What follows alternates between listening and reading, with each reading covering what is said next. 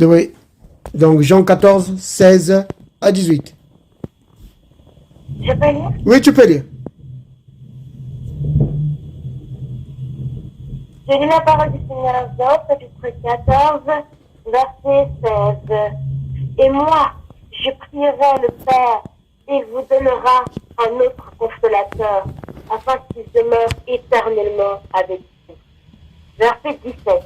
L'esprit de vérité, que tout le monde ne peut pas recevoir, parce qu'il ne le voit pas, parce qu'il ne le voit point, et qu'il ne le connaît point. Mais vous le connaissez, car il demeure avec vous. Il Amen. sera en vous. Amen. Je ne vous laisserai pas orphelin. Mhm. Je ne vous laisserai pas orphelin. Je viendrai à vous. Amen. Mhm. Donc, vous avez vu ça. Le Seigneur, il dit, donc d'abord au verset 16, je veux prier le Père, afin qu'il vous envoie un autre consolateur. Alors, on a parlé hier, j'ai expliqué un peu, hein? On a parlé d'un autre consolateur.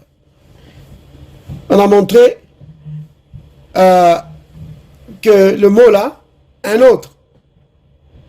Parce que vous savez que le Nouveau Testament a été écrit en hébreu, hein, et plutôt en grec. Le Nouveau Testament a été écrit en grec.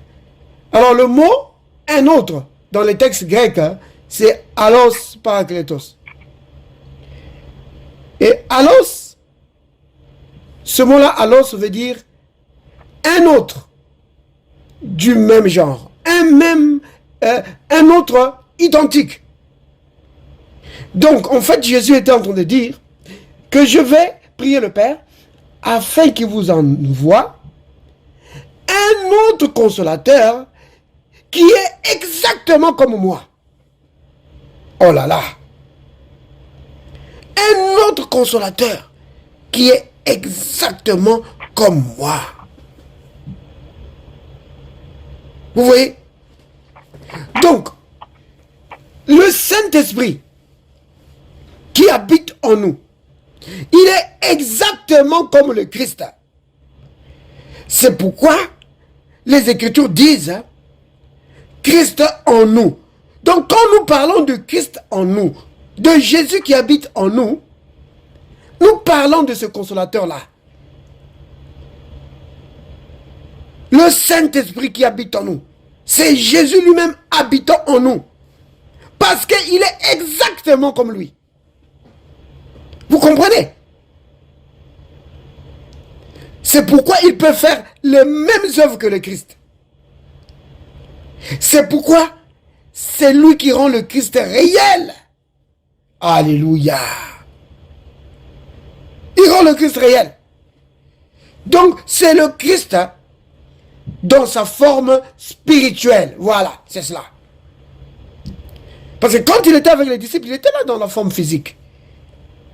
Maintenant, le Saint-Esprit, c'est le Christ dans sa forme spirituelle. Vous voyez?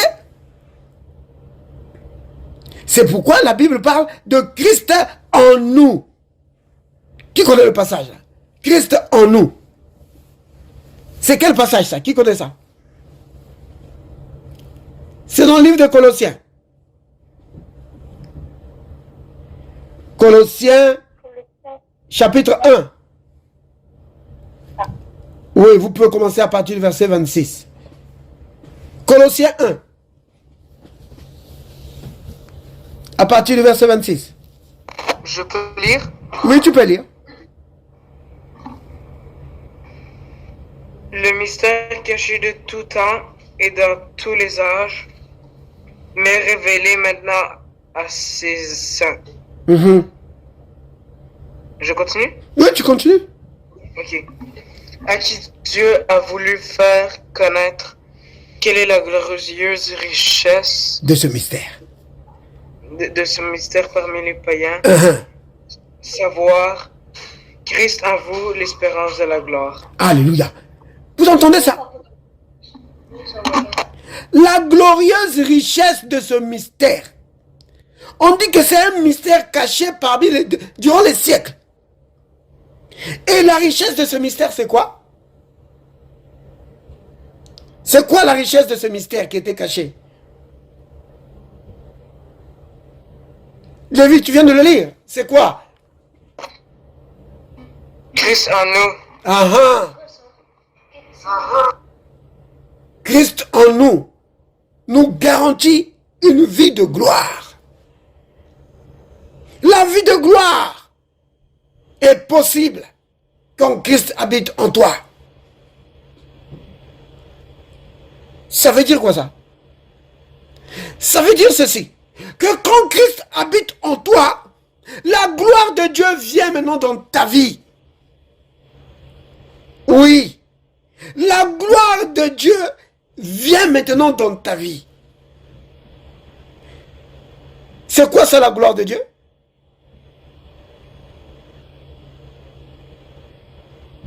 Qui connaît c'est quoi la gloire de Dieu? La gloire de Dieu, c'est le Saint-Esprit. Vous savez ça? La gloire de Dieu, c'est le Saint-Esprit. Parce que la Bible dit ceci, que Christ a été ressuscité par la gloire de Dieu. Vous savez ça?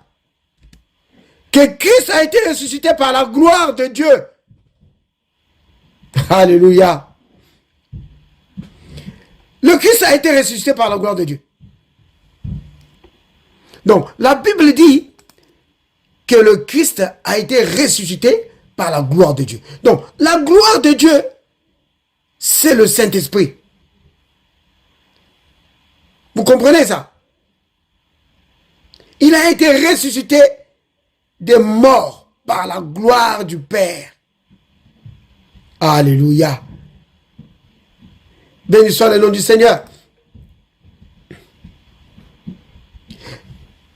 Donc, la glorieuse richesse de ce mystère, c'est que Christ, en toi, te garantit une vie de gloire.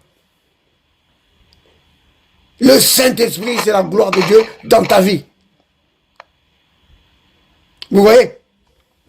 C'est vraiment important de le savoir. Que le Saint-Esprit, c'est la gloire de Dieu dans ma vie. Oh, on va le dire tous ensemble. On va dire, Père, merci.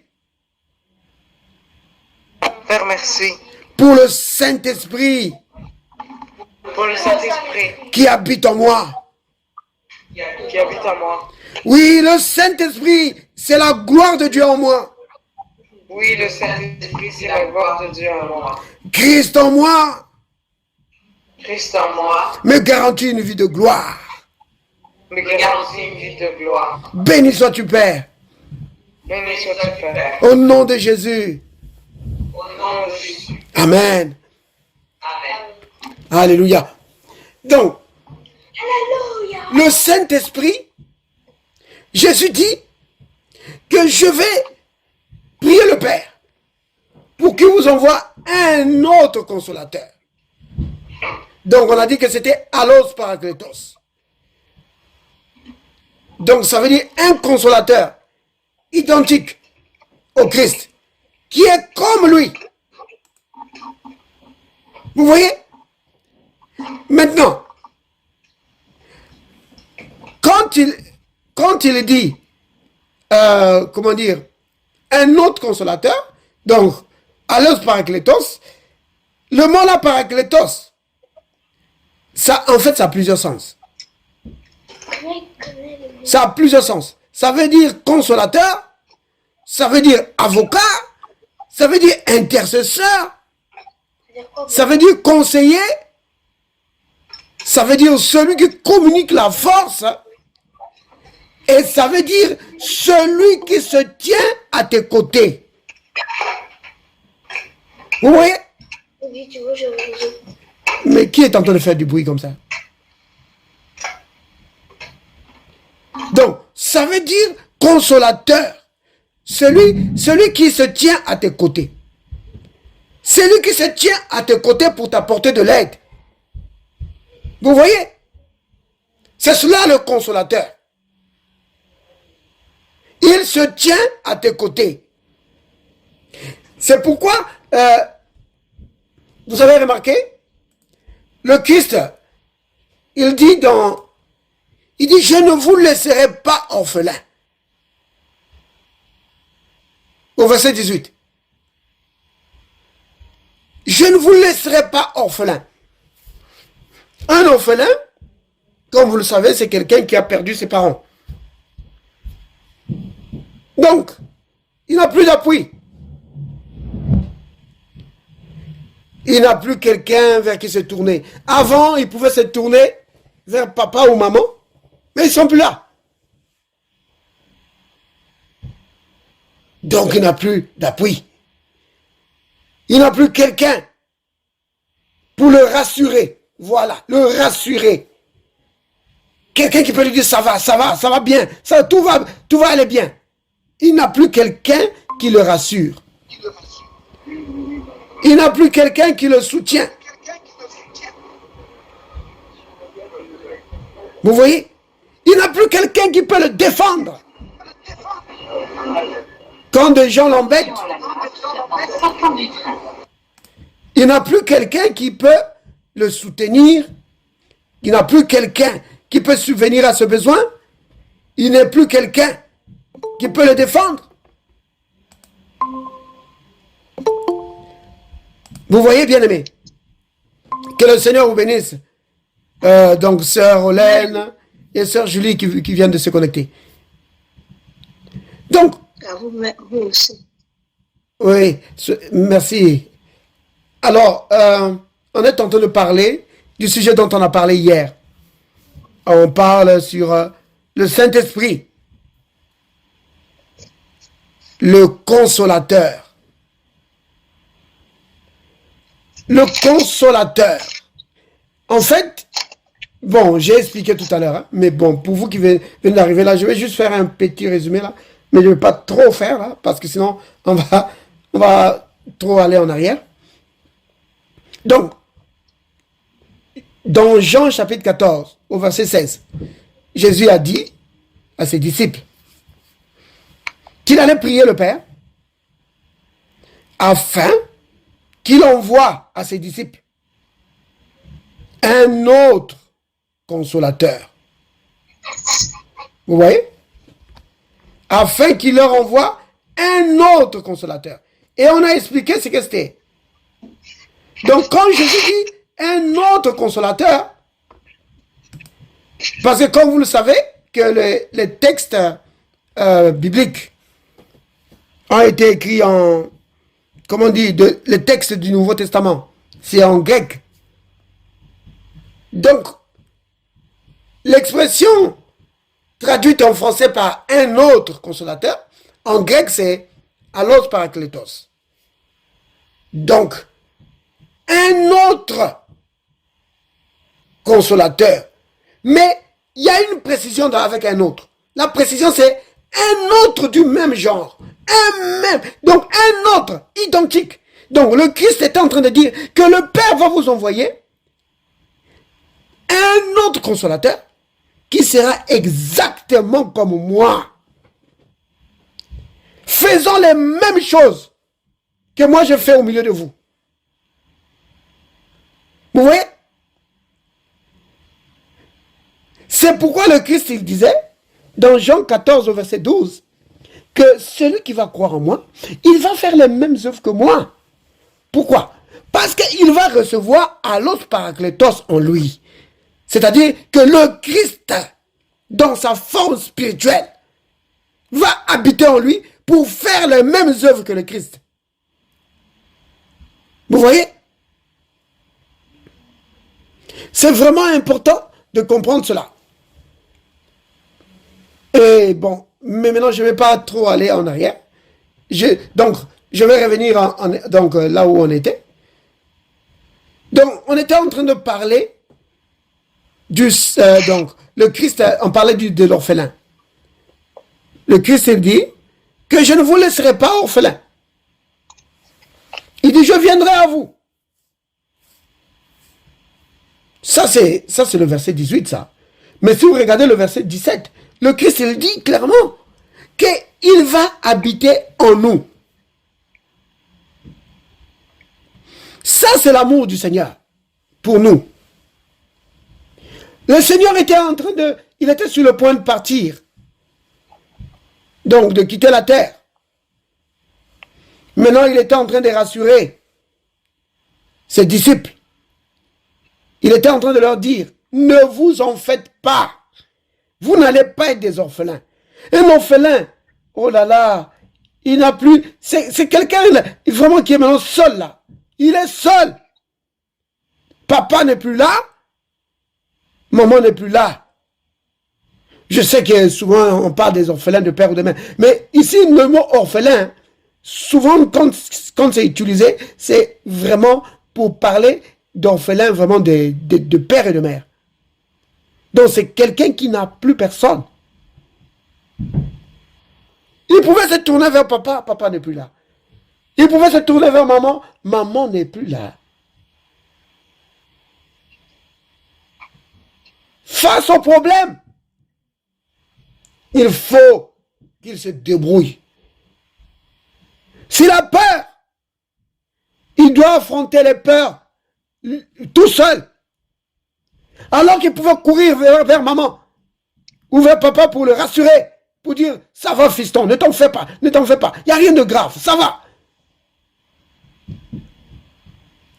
Oh, bien-aimé, dans la vie que nous vivons ici sur la terre,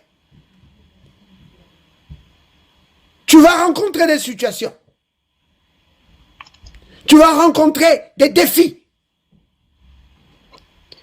Et Jésus te dit, tu ne vas pas être seul. Oh là là. Et rien que de penser à ça, je me dis, oh Seigneur, merci. Moi j'ai vu des bien-aimés qui étaient dans des problèmes. Et j'entendais seulement la bien-aimée en train de dire, mais je suis toute seule, je suis toute seule, je suis toute seule. Et la personne continuait juste de répéter ça, mais je suis toute seule. Vous voyez, quand le chrétien fait ça, c'est parce qu'il a oublié cette parole du Seigneur, ou peut-être qu'il ne connaît pas cette parole du Seigneur. Le Seigneur lui dit qu'il sera avec toi. Qu'il est toujours là. Maintenant, bien-aimé, ça met la responsabilité de notre côté. C'est-à-dire que le Seigneur, il dit que je suis là et je serai toujours là avec toi. Maintenant, si tu le négliges, si tu ne développes pas ton amitié avec lui, si tu ne te tournes pas constamment vers lui, quand tu es dans les situations, alors tu es en train de te faire du mal à toi-même. Parce que lui, il dit qu'il est là pour aider. Parce que, bien aimé, souvenez-vous, le mot consolateur, j'ai dit ça tout à l'heure. Consolateur, ça veut dire pas simplement consoler. Le mot consolateur, en fait, en grec, comme je l'ai expliqué tout à l'heure, ça veut dire parakletos. Et parakletos, là, c'est riche. Ça veut dire celui qui te console, celui qui te réconforte, celui qui t'encourage. Oh. Rien que en disant ça, là, j'ai envie de m'arrêter juste là déjà, pour développer ça. Celui qui t'encourage. Vous comprenez ce que ça veut dire? Que le Saint-Esprit, ce n'est pas l'esprit de condamnation qui vient te condamner jusqu'à ce que tu sois dans la déprime. Jusqu'à ce que tu te sentes malheureux. C'est pas le Saint-Esprit. Le Saint-Esprit n'est pas comme ça. Le Saint-Esprit, c'est l'esprit consolateur. C'est lui qui vient t'encourager. Quand tu es abattu, c'est lui qui t'encourage.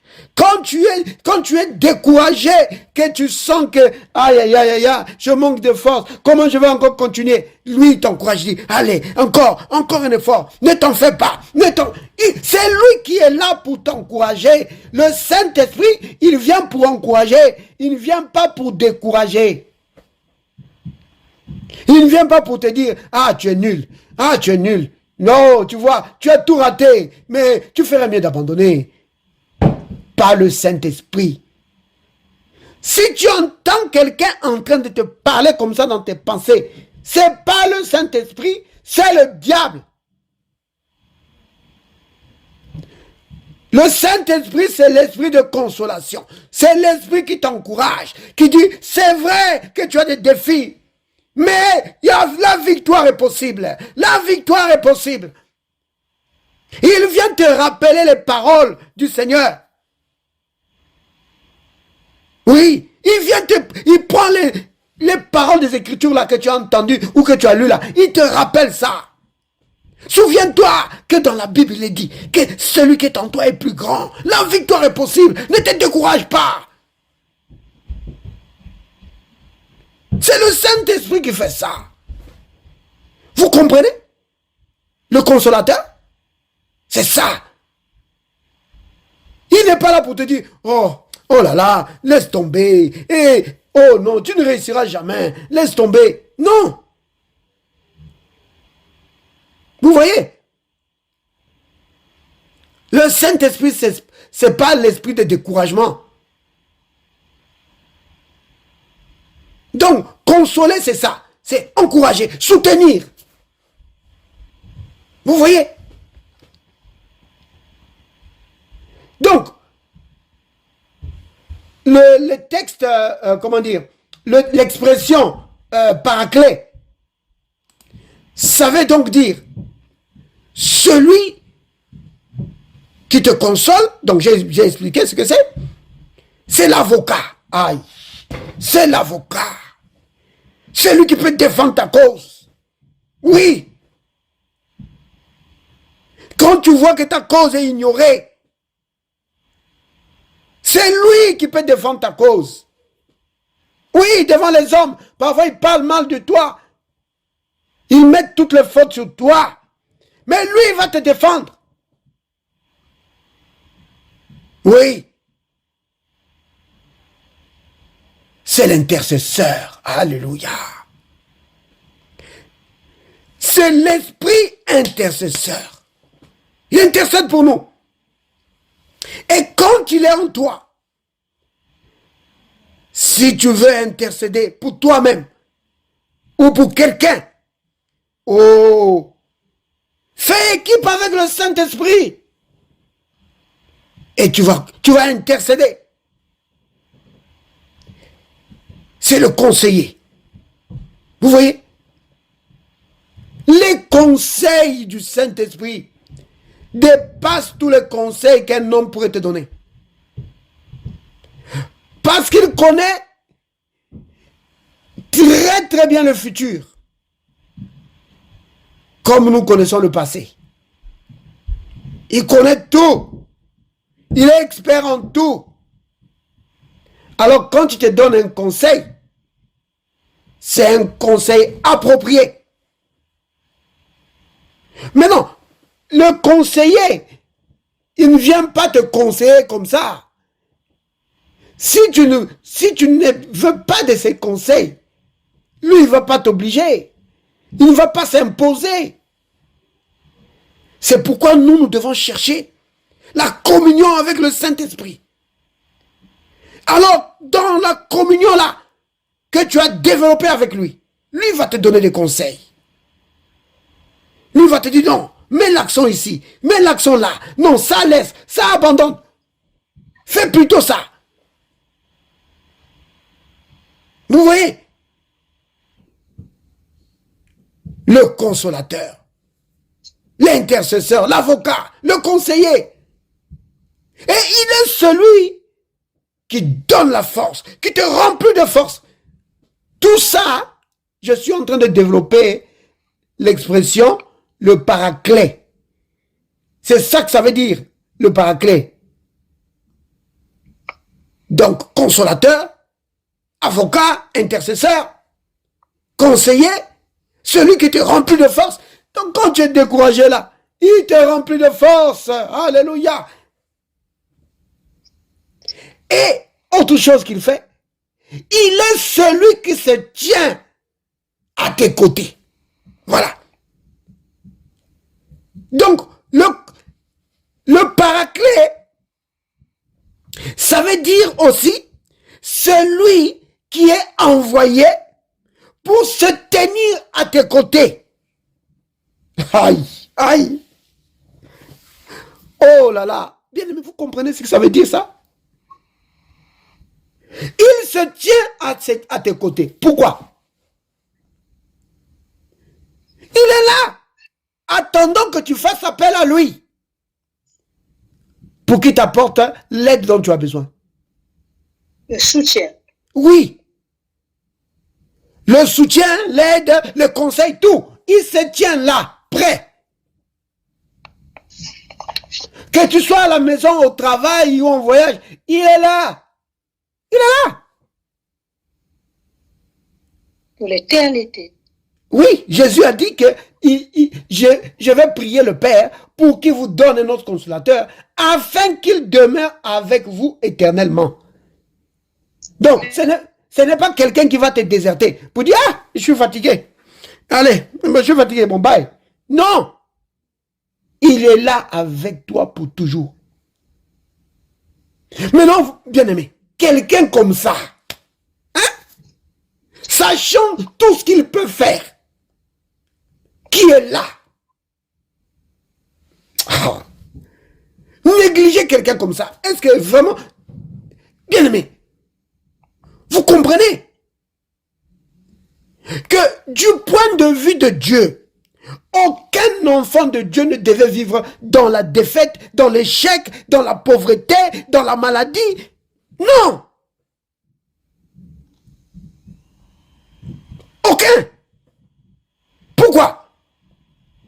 Mais à cause de ce monsieur, Toujours. le Saint-Esprit, à cause de lui. Parce qu'il est là pour te donner de l'aide dans tous les domaines.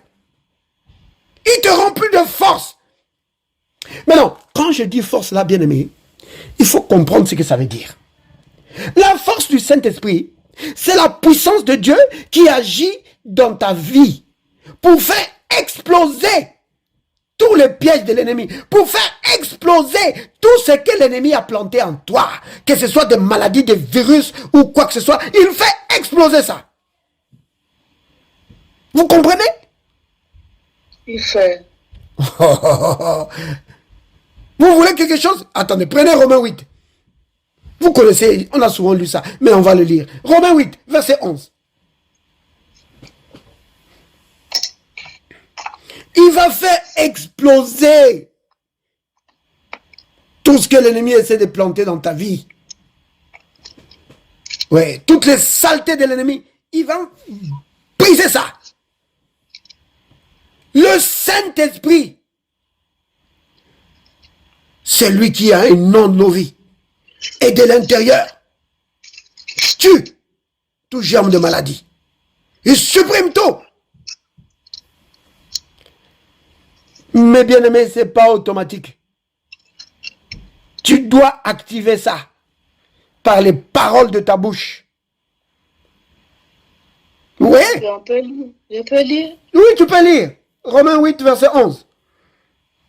Lisons la parole de Dieu. Alléluia. En Romains 8 au verset 11. Et si l'esprit de celui qui a ressuscité Jésus d'entre les morts habite en vous, celui qui a ressuscité Christ d'entre les morts rendra aussi la vie à vos corps mortels par son esprit qui habite en vous. Amen. Amen. Vous avez entendu ça? si l'esprit de celui qui a ressuscité Christ d'entre les morts, c'est quel esprit ça? Bien aimé, c'est quel esprit? Le Saint-Esprit. C'est le Saint-Esprit. Donc, il est en train de dire ceci, que si le Saint-Esprit habite en toi, alors, celui qui a ressuscité Christ d'entre les morts, donc Dieu, Oui. donc Dieu va donner la bonne santé à ton corps Et par son Saint-Esprit qui habite en toi. Ça veut dire quoi ça? Ça veut dire que Dieu t'a donné le Saint-Esprit pour que le Saint-Esprit te donne la bonne santé. Donc, le Saint-Esprit, le Saint-Esprit, Dieu t'a donné ça comme un vaccin. Un vaccin contre toutes les maladies. Vous vous imaginez ça? Vous savez que chez les hommes, si tu veux prendre le vaccin, comme souvent avec les enfants, on va te dire qu'à tel mois, il faut tel vaccin. À tel mois, il faut tel vaccin. un rappel. Oui. Il y a toutes sortes de vaccins qu'il faut prendre pour différentes sortes de maladies. Vous voyez? Mais pour Dieu, afin de nous vacciner, il envoie seulement le Saint-Esprit. Le Saint-Esprit, c'est le vaccin contre toutes sortes de maladies. Oui. Parce que c'est un tueur. Il va tuer tout genre de maladies. Quand tu actives ça, le Saint-Esprit en moi détruit tout germe de maladie. Au nom de Jésus. Maladie, tu es détruit par le Saint-Esprit qui habite en moi. Au nom de Jésus. Tu ne peux pas subsister dans mon corps. Le Saint-Esprit en moi te détruit. Au nom de Jésus. C'est comme ça. Tu dois activer ça par la parole de ta bouche. Vous comprenez, bien-aimés? C'est cela. Donc, c'est vraiment capital de le savoir. Le Saint-Esprit en nous nous a été donné pas seulement pour nous conduire. Vous comprenez? C'est aussi pour nous donner la bonne santé. Pour détruire tout germe de maladie, tout virus. Oui. Tout microbe détruit. Au nom de Jésus. Alléluia. Oh, bien-aimé. C'est pourquoi je dis, mais le Saint-Esprit, on ne devait pas négliger notre communion avec le Saint-Esprit. On ne devait pas négliger ça. En fait, tu ne peux pas vivre une vraie vie chrétienne sans le Saint-Esprit. Sans une communion véritable avec le Saint-Esprit, tu ne pourras pas. Mais quand tu développes la communion avec le Saint-Esprit, alors ta vie spirituelle va être révolutionnée. Oui, le Saint-Esprit, c'est la révolution dans ta vie. Ta vie spirituelle va être révolutionnée. Et puisque ta vie spirituelle est révolutionnée, ta vie quotidienne, ta vie de tous les jours sera aussi révolutionnée. Pourquoi?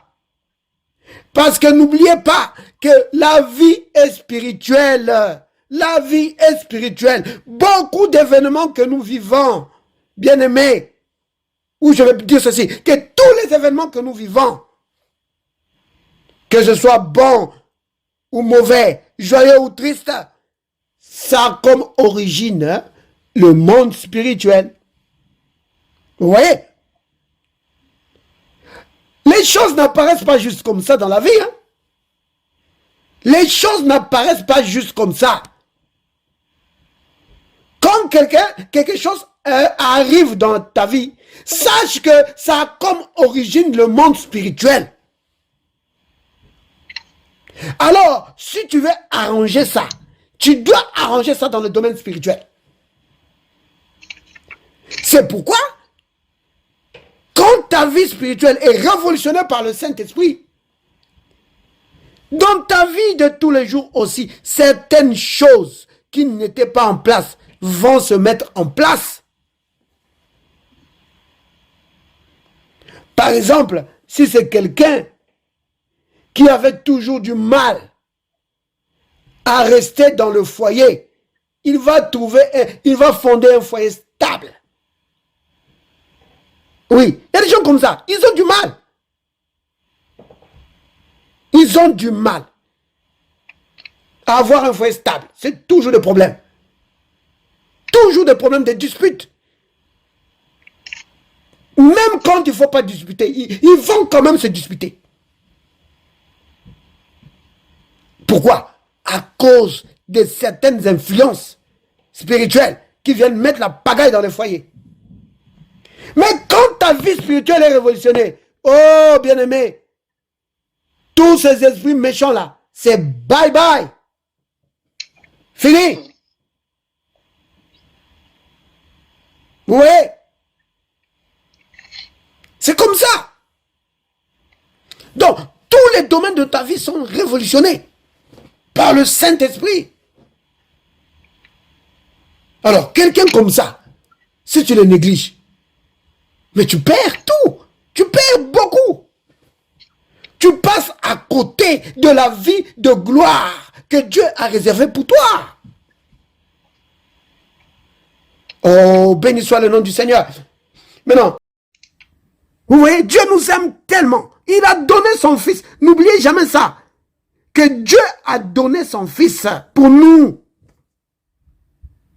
Maintenant, il a fait un si grand sacrifice comme ça. Tu penses qu'il va te laisser maintenant vivre une vie de misère, une vie misérable? Hein? Une vie d'échec, que tout ce que tu fais, tu échoues. Il n'y a rien qui marche dans ta vie. Tu vis dans la pauvreté, dans la maladie. Vous pensez que Dieu a prévu ça? Non. Dieu n'a pas prévu ça. Vous comprenez, bien-aimés?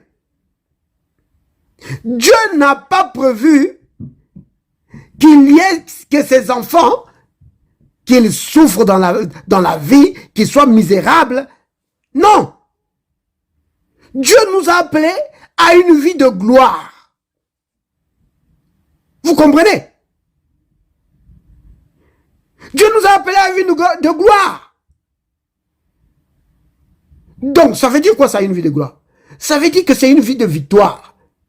Donc, peu importe les situations que tu rencontres dans la vie, Dieu a prévu que tu dois vaincre. Peu importe ce que c'est. Pour Dieu, il a dit, ma fille, mon fils, c'est la victoire pour toi. Pourquoi? À cause du Saint-Esprit qu'il a placé en toi. Vous voyez, bien-aimé? Donc, c'est ça le but du Saint-Esprit. Donc, on a dit tout à l'heure que le Saint-Esprit, donc la Bible l'appelle le consolateur. Là, je rappelle pour la sœur qui s'est connectée. Donc, on l'appelle le consolateur, le paraclet. Donc, ça veut dire qu'il est le consolateur.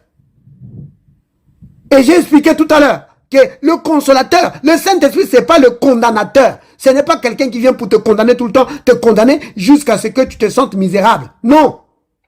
Ça, ce n'est pas le Saint-Esprit. C'est le diable qui vient mettre de condamnation dans la vie des gens, de telle façon que les gens sont déprimés. Le Saint-Esprit n'amène pas la dépression. Ce n'est pas lui. Ce n'est pas son boulot. Le Saint-Esprit, ce n'est pas l'esprit de dépression qui amène la dépression dans ta vie, qui te dit que tu es nul, tu ne vaux rien. Ce n'est pas le Saint-Esprit, ça. Ça, c'est le diable. Ça, c'est vraiment lui. C'est le diable qui fait ce genre de choses. Le Saint-Esprit, c'est l'esprit qui vient t'encourager pour te dire, ne t'en fais pas, ne te décourage pas. Allez, relève-toi. Si tu es tombé, c'est pas grave. Relève-toi. Continue, continue. Tu vas triompher. C'est ça. Il t'encourage. C'est ça le Saint-Esprit. Vous voyez? Donc c'est ça le consolateur.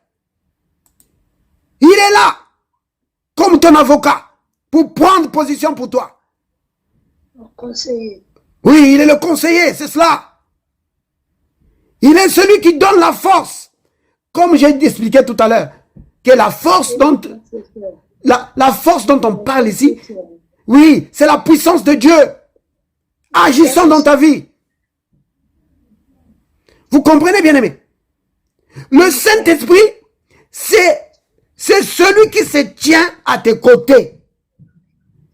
Parce que c'est ça que ça veut dire. Le mot là, consolateur ou le paraclet, ça veut dire celui qui est envoyé pour se tenir à tes côtés afin de t'assister.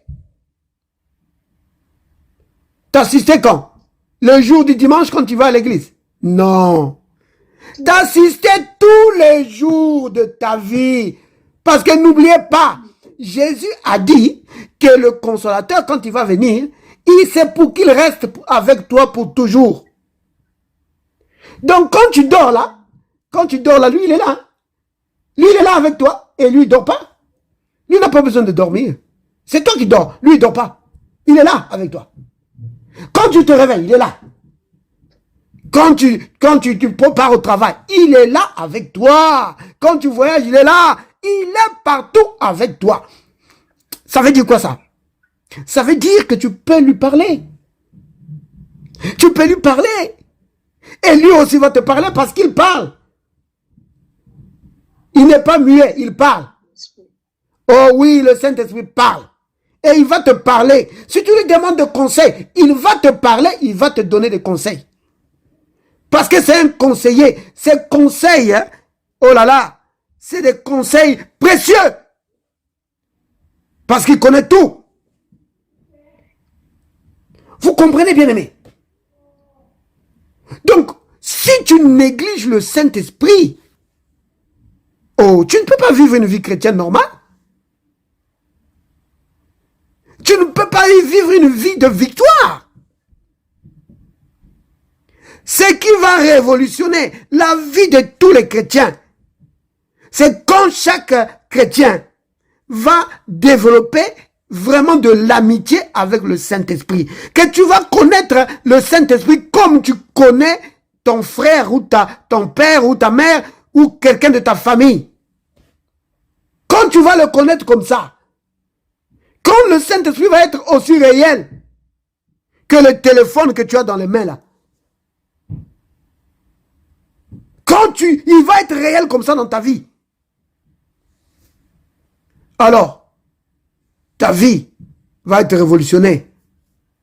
Oui. Et c'est possible pour chacun de nous. C'est possible.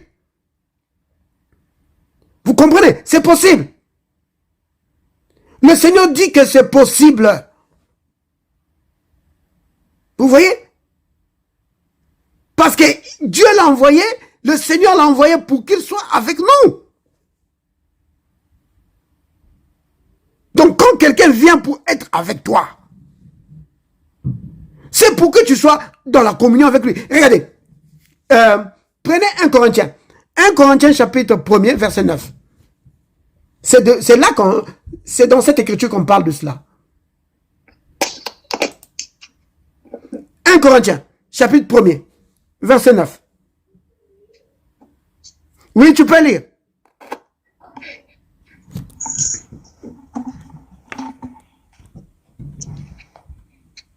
Je lis la parole du Seigneur. 1 Corinthiens 1, verset 9.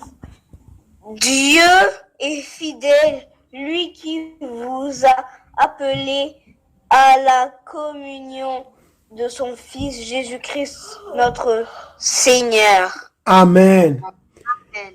Bien aimé, vous avez entendu? Oui. Que Dieu nous a appelés à la communion avec son Fils Jésus-Christ. Vous avez compris? Comment tu vas être en communion avec le Seigneur Jésus?